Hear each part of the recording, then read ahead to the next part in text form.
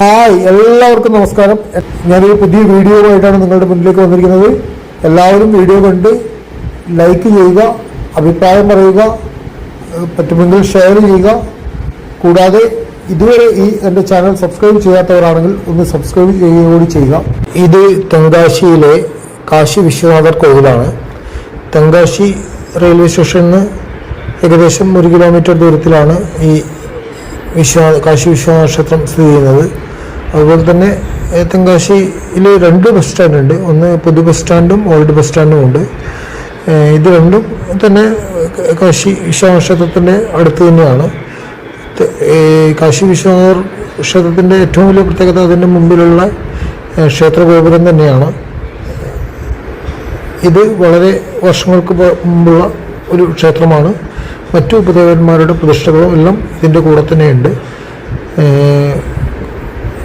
ഒരു പ്രാവശ്യമെങ്കിലും നിങ്ങൾക്കെല്ലാവർക്കും കാശി വിശ്വനാഥ ഭഗവാന്റെ, അതായത് തെങ്കാശിയിലുള്ള കാശി വിശ്വനാഥ ഭഗവാൻ, അതായത് ശിവന്റെ അനുഗ്രഹം ഉണ്ടാവട്ടെ എന്ന് ഞാൻ ആത്മാർത്ഥമായി ആഗ്രഹിക്കുന്നു. എല്ലാവർക്കും ഇവിടെ വന്ന് ഒരു പ്രാവശ്യമെങ്കിലും തൊഴുത് പ്രാർത്ഥിക്കാനുള്ള അനുവാദം കിട്ടട്ടെ എന്ന് ആഗ്രഹിക്കുന്നു. എല്ലാവർക്കും നന്ദി.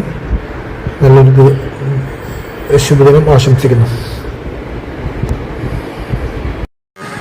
തെങ്കാശി ക്ഷേത്രത്തിലെ പൂജാ സമയം രാവിലെ 5:30 മുതൽ ഉച്ചയ്ക്ക് 12 മണി വരെയും വൈകുന്നേരം 4 മുതൽ 8:30 വരെയുമാണ്. ഇപ്പോൾ പിന്നെ ഉത്സവം നടക്കുന്ന സമയമാണ്. 10 ദിവസത്തെ ഉത്സവം, പെരുന്നാൾ ഉത്സവം നടക്കുന്നതാണ്. അതുകൊണ്ട് അമ്പലം ഏകദേശം പൂർണ്ണ സമയം തുറന്നിരിക്കുന്നതാണെന്നാണ് വിശ്വാസം.